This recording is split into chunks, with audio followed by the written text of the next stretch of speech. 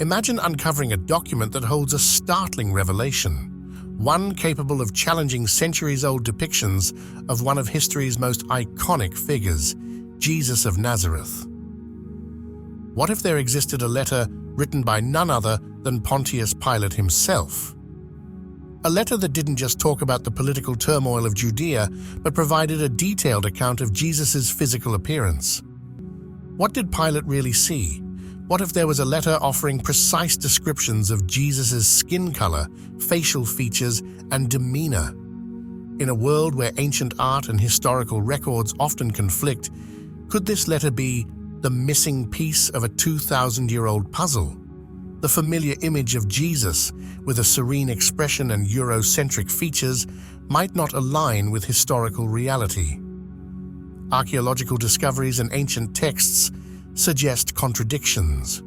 Was Jesus really as we've been taught to imagine him? If this letter from Pontius Pilate, the man who sentenced Jesus to death, is genuine, it might hold secrets that challenge everything we think we know.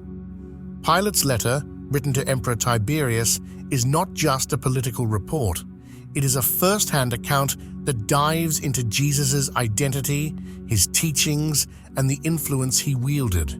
Could this document provide a clearer picture of his true appearance and role in history?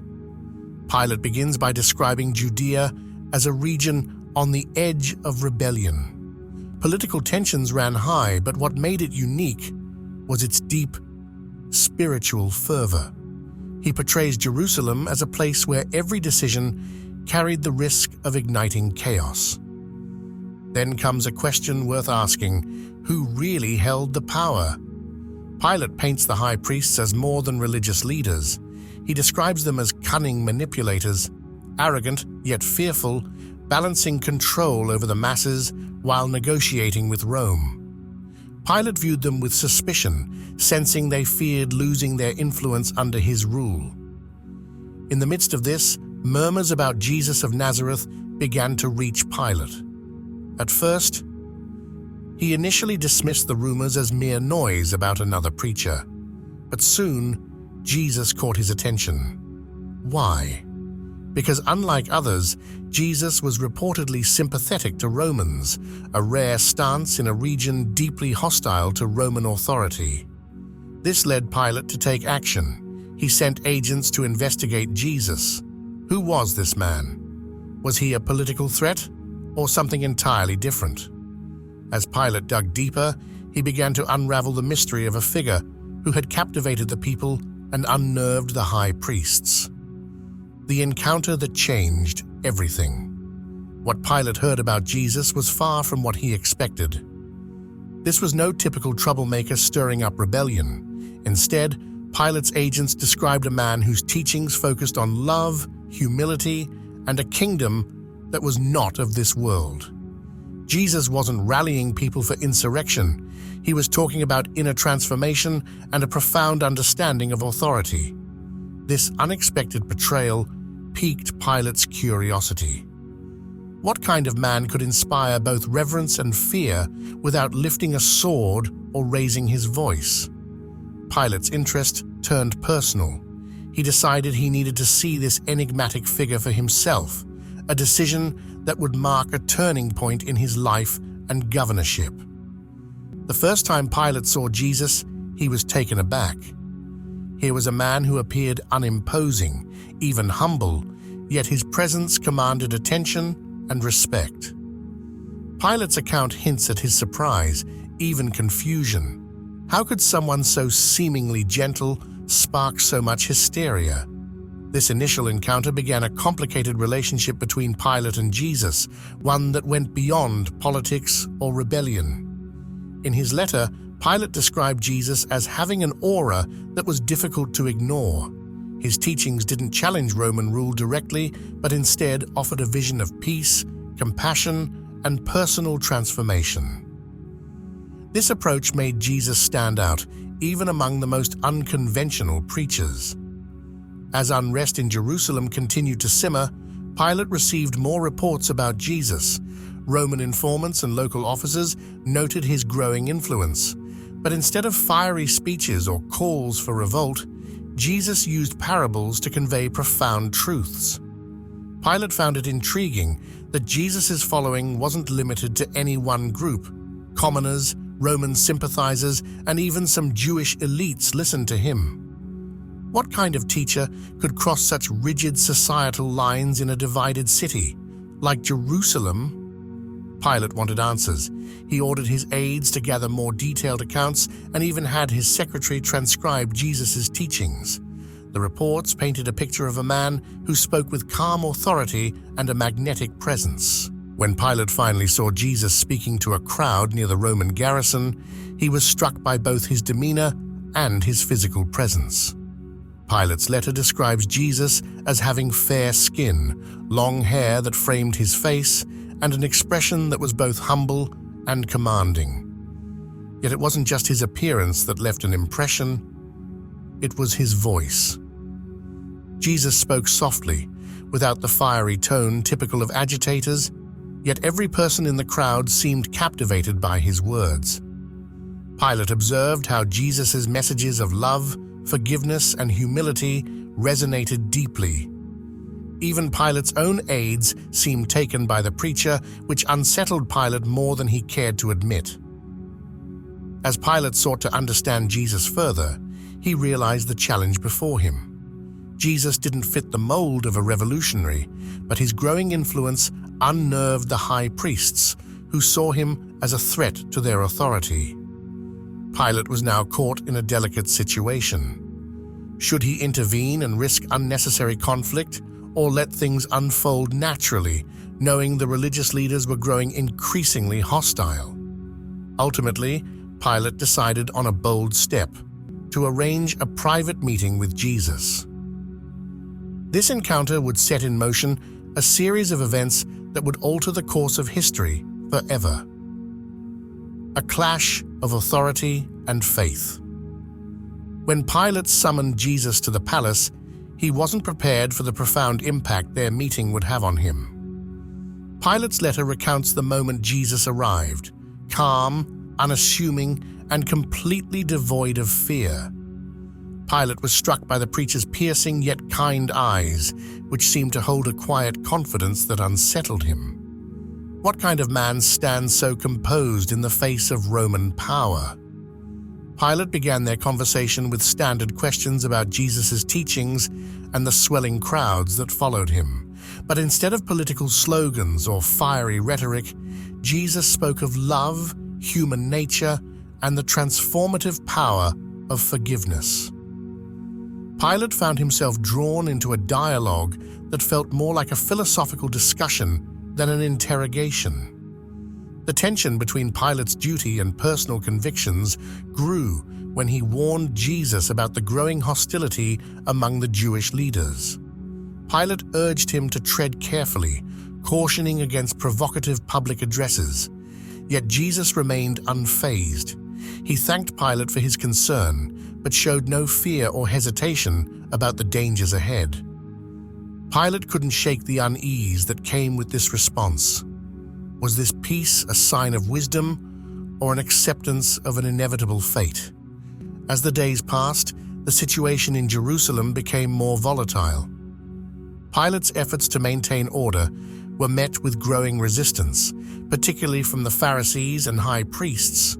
They viewed Jesus as a direct threat, not only to their authority, but to the entire religious structure they upheld.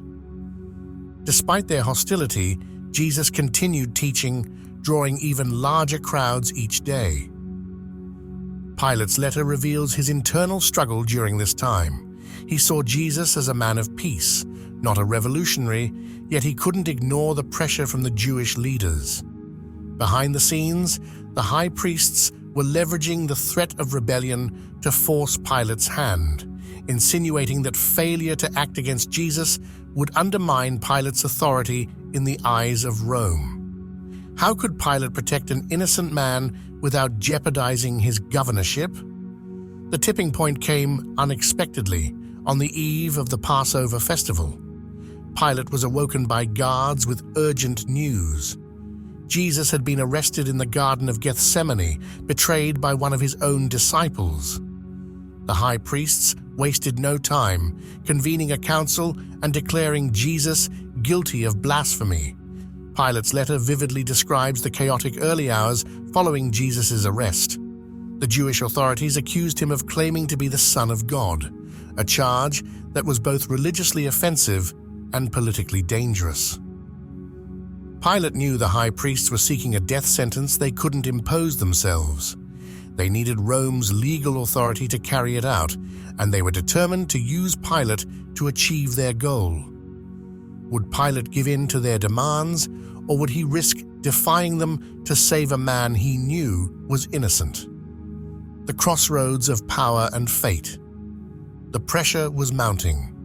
Pilate's letter reveals a growing suspicion that the high priests were more interested in preserving their own power than in upholding religious purity. They wanted Jesus gone, and Pilate was the key to making it happen. But how could Pilate justify executing an innocent man for blasphemy alone, especially when his instincts told him Jesus was no threat to Roman authority? Was it possible that the entire political system, the religious hierarchy, and even Pilate's own position were being manipulated for the sake of power? What could Pilate do in the face of such immense political and social pressure? Pilate questioned Jesus directly, asking if he claimed to be a king, hoping to find evidence of a political rebellion that would justify Roman intervention. But Jesus' cryptic response, "My kingdom is not of this world," left Pilate more conflicted than ever. Pilate had been expecting a direct political answer, a reason to condemn Jesus, but Jesus' words defied everything Pilate had been trained to recognize as a threat. There was no clear rebellion, no justification for execution, and yet the high priests were relentless in their pursuit. Pilate found himself facing a dilemma. He could not find a rational reason to condemn Jesus, but he was under intense pressure to deliver the result the high priests demanded. What was Pilate supposed to do when the lines between right and wrong became blurred? Feeling trapped, Pilate attempted to shift the responsibility by sending Jesus to Herod Antipas, hoping the local ruler might make the decision for him. Pilate's mind raced as he desperately tried to find a way out of the situation, hoping Herod would take charge and release him from the burden. But Herod's mocking treatment of Jesus only returned him to Pilate without a resolution, intensifying Pilate's sense of helplessness. Could Pilate avoid making the decision he dreaded? Could he escape this moment that seemed to demand a choice he could not fully embrace? No. The weight of responsibility was on Pilate, and it was clear that he would be forced to act no matter what happened. Outside, a crowd had gathered, demanding Jesus' death, their voices growing louder as the high priests stirred them into a frenzy. Pilate tried to appeal to the crowd's tradition by offering to release Jesus during Passover, as was customary. However, the high priests had already manipulated the mob. They didn't want mercy, they wanted Jesus' blood. They demanded the release of Barabbas, a convicted criminal, instead. Pilate's attempt to appeal to the crowd's sense of justice backfired, and the situation spiraled out of control. Pilate found himself cornered, and the high priests had him right where they wanted him. The religious leaders threatened to report him to Rome, accusing him of disloyalty to the emperor if he released Jesus. The stakes had never been higher, and Pilate's position was now at risk. How could Pilate preserve his position while avoiding an unjust execution? In one final attempt to satisfy the crowd and avoid outright execution, Pilate ordered Jesus to be scourged, hoping the brutal beating would appease them. He watched as Jesus was publicly beaten, his body bloodied and broken, but the crowd remained unrelenting in their demands for crucifixion. Pilate knew that no matter what he did, nothing short of Jesus' death would quiet the storm. The crowd's bloodlust had reached a fever pitch, and Pilate's options were slipping away one by one. With no way out, Pilate turned to a symbolic gesture, an act that might absolve him in the eyes of the people. He called for a basin of water and, in front of the crowd, washed his hands, declaring, "I am innocent of this man's blood." It was an attempt to absolve himself of responsibility for what he knew was an unjust act. Yet, Pilate was keenly aware that this gesture would not undo the guilt he felt for condemning an innocent man to die. Could a simple gesture truly absolve him, or was it just a feeble attempt to clear his conscience? As Pilate handed Jesus over to be crucified, his letter describes a deep sense of resignation. The air was thick with tension, the cries of the crowd echoing in his mind as he retreated to his quarters. He tried to block out the sounds, but the knowledge that he had been powerless to stop the inevitable weighed on him heavily. Pilate had done everything within his authority to save Jesus, yet the forces against him were too great, and in the end, the outcome seemed unavoidable. He realized that he had been swept up in a tide of events much larger than he could control. Was this simply about power and politics, or was something much deeper at play? Reflecting on the events, Pilate couldn't shake the feeling that he had been caught in the middle of something far greater than political maneuvering. There was something extraordinary about this man from Nazareth, something Pilate could not fully comprehend. The world seemed to hold its breath after Jesus' execution. According to accounts, the skies darkened unnaturally, and the earth quaked as if creation itself mourned his death.